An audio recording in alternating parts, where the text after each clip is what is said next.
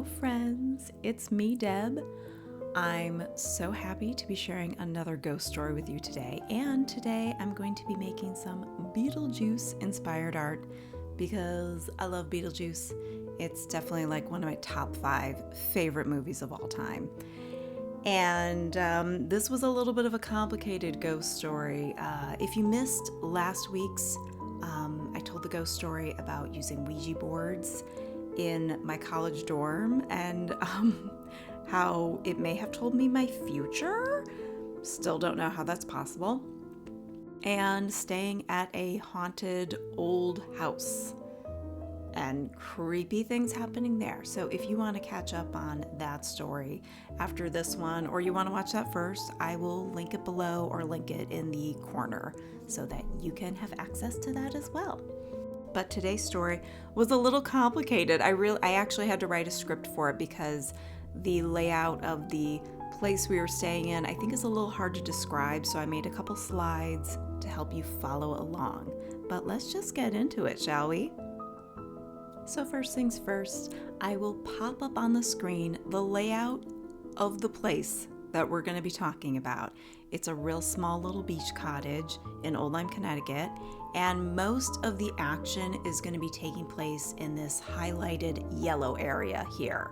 So the back half you don't have to worry about so much, but I had to draw the whole thing out for my brain's sake so I could make sense of it. So this happened about 7 or 8 years ago in my in-laws' very small cottage in Old Lyme, Connecticut. We drove up with the kids for Thanksgiving weekend, and the cottage was empty because it's really a beach cottage. It is winterized and has heat, but they really only use it in the summer, so nobody was going to be staying there. And rather than wake up my husband's family at their homes at 3 a.m. when we would arrive, we opted to crash there. The whole place is maybe like 1,000 square feet total, but it has 3 small bedrooms, a tiny bathroom, a kitchenette, and this fully windowed front porch that lines the entire front of the home.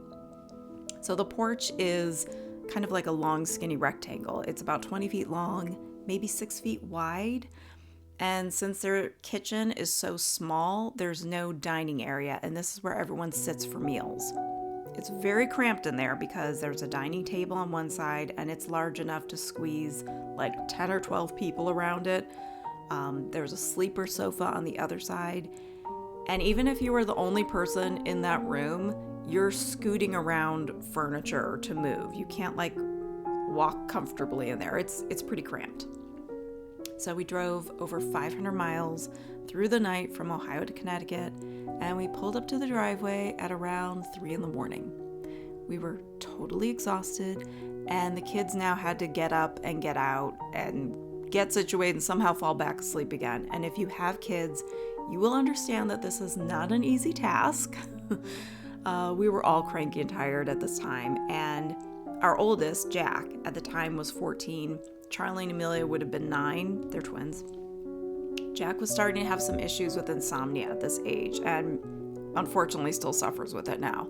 So he would often walk around at night, turning on the kitchen light or the hall light in our house, grabbing a snack, or maybe looking for like a phone charger because he wanted to watch or listen to something to help him fall asleep.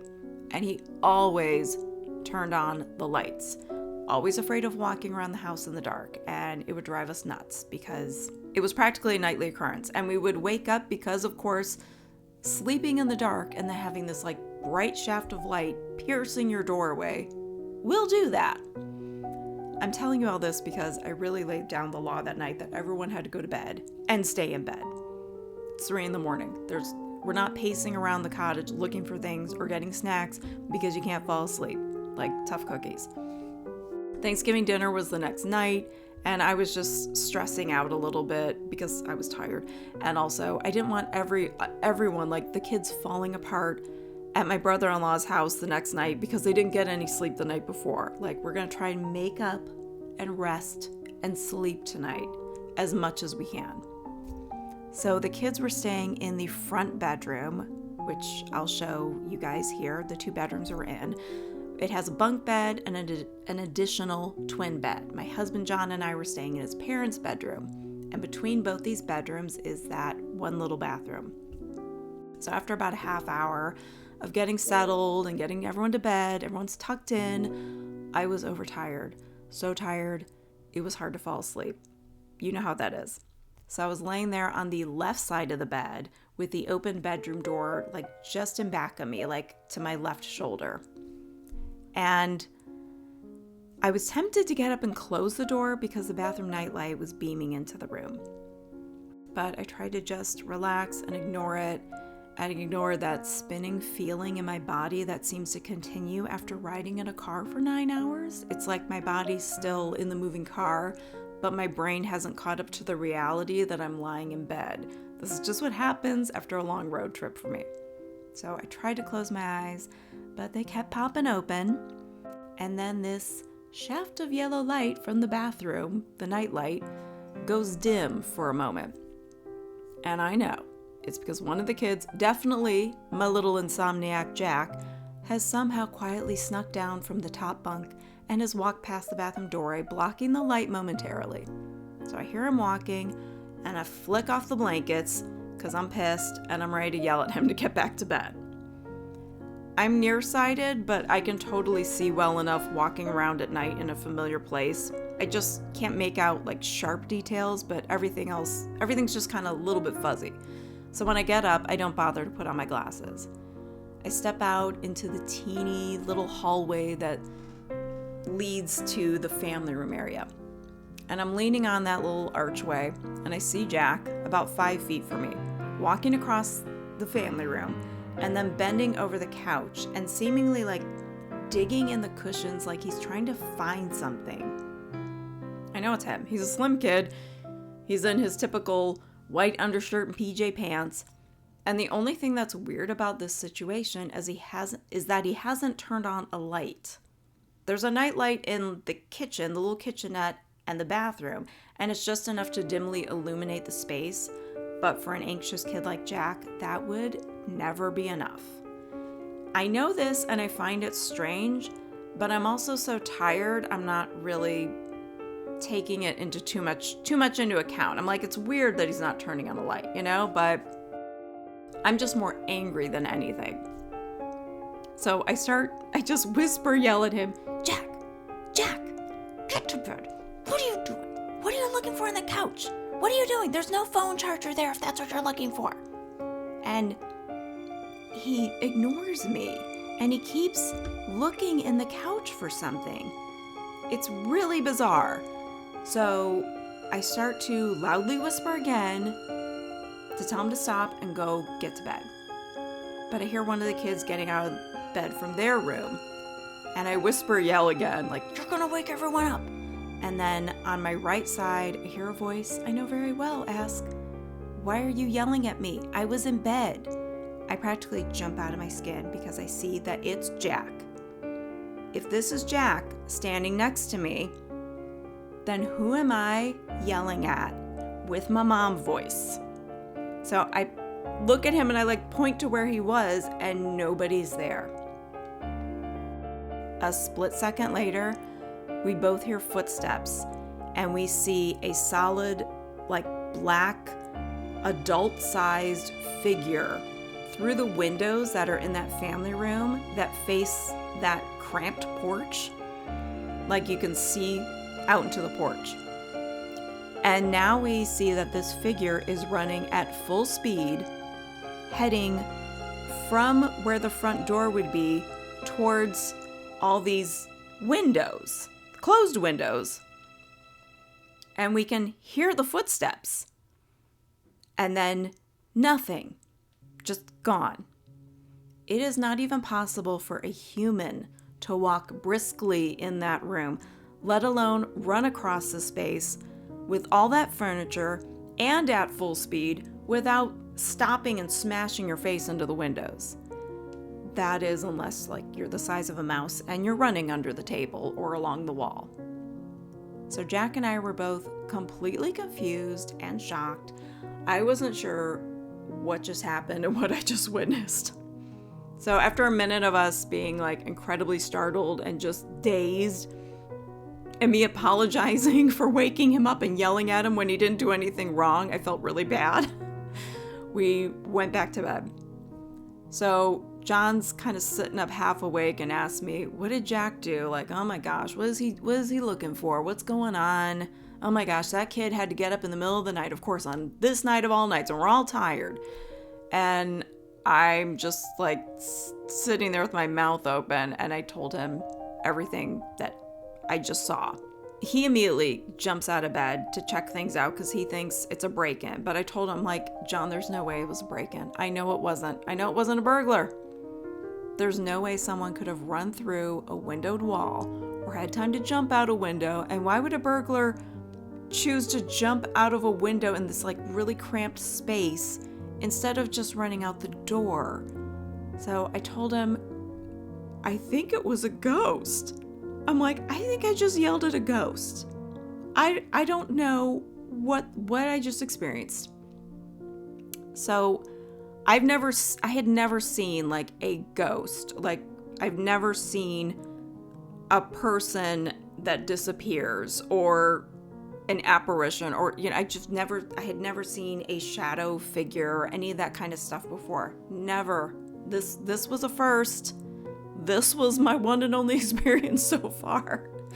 But I don't know what else it could have been. I'm like, what appears and then disappears or just runs through a wall? Or was it the doppelganger of Jack? So Jack never saw this, like his so-called evil twin, but I did, and I'm his mom, and I was absolutely fooled into thinking it was him, except for the fact that he was brazen enough to walk around a dark room or like a really dim room at night, and it wasn't like our regular house. So that was the only thing that tipped me off, that I was like, something's weird about this. Like it creeped me out a little bit, like, why are you walking around in the dark? And completely ignoring me, like not even turning his head to acknowledge that I'm whisper yelling at him. So we told the story to my in-laws the next day, because I was like, have you guys ever seen anything there? And they just kind of all looked at me with blank faces. So I know that they think I was just seeing things. So nobody had anything to add to that. But I know I wasn't just seeing things, only because I wasn't the only one seeing them. Jack saw and heard that figure running through the porch. And later on, Charlie, who I believe he was sleeping in the bottom bunk, he said that he had woke up during all that commotion and saw a figure standing between the bunk bed and the twin bed. And he had looked at what appeared to be a man with a cane, and he thought, like in his sleepy state, that this was Pop, his grandfather, and who had just started using a cane around that time. But he had noted he didn't have a belly, and Pop had a little bit of a belly. And then he said like he kind of shook his head or blinked a few times and it was gone. And this was during this whole thing. And Amelia saw nothing and was totally jealous because she's like, I missed out on everything. But I gotta be honest, I think it's better for her sake, because that kid would have taken a long time to recover and would have never fallen asleep at night. I'm still blown away, and I have no idea what happened that night.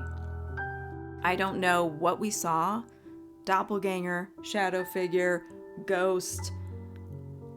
Was I hallucinating in my overtired state? I think that's I've never had any sort of hallucination in a tired state like that, except for when I was a kid and I was sick and had was delirious from a high fever of like 104.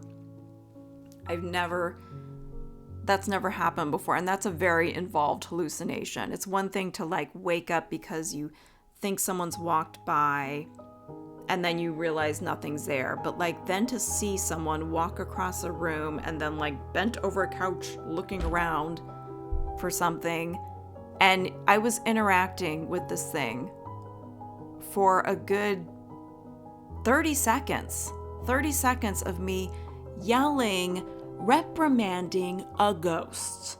So I mom yelled at a ghost and scared it, apparently. That's what I like to think. I was just so scary in my angry mom state that this ghost then disappeared and ran across the porch and jumped through the wall into another dimension. I don't know. It's still one of the wildest things that has ever happened to me. What do you guys think? What do you think it was? And have you ever experienced anything like this? Let me know in the comments, because I would love to hear your experience, because I feel very alone in this. And I've told people and they think it's pretty wild. And then a lot of people are like, I think you just made something up in your head, or you were hallucinating. And I totally would have brushed it off as just a wild dream, except for the fact that Jack saw it too. And then finding out like later that Charlie had seen something also, but kind of kept it to himself because he's like, well, I just thought maybe I was dreaming. And I'm like, just seemed like an odd coincidence that 3 out of 5 of us experienced something all at that time. Really crazy. So thank you so much for watching and listening to my story, and I hope you enjoyed the art.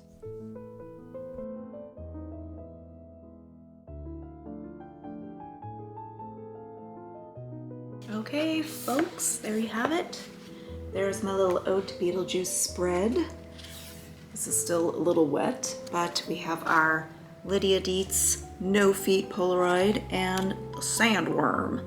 So I hope you enjoyed the story. I hope you enjoyed the art making. And if you are not subscribed and you like the vibe around here, please consider doing so before you leave today. And I will be doing some more art stuff. I also am going to be doing a book review, which is not normally my thing, but I'm reading a crazy, terrible book and now I'm hate reading it. And I have nobody to talk to about it. So that will be coming someday soon. So get ready for that. But until then, I hope you have a wonderful spooky season. Happy Halloween. And I will see you on the next one. So thanks for being here. Bye.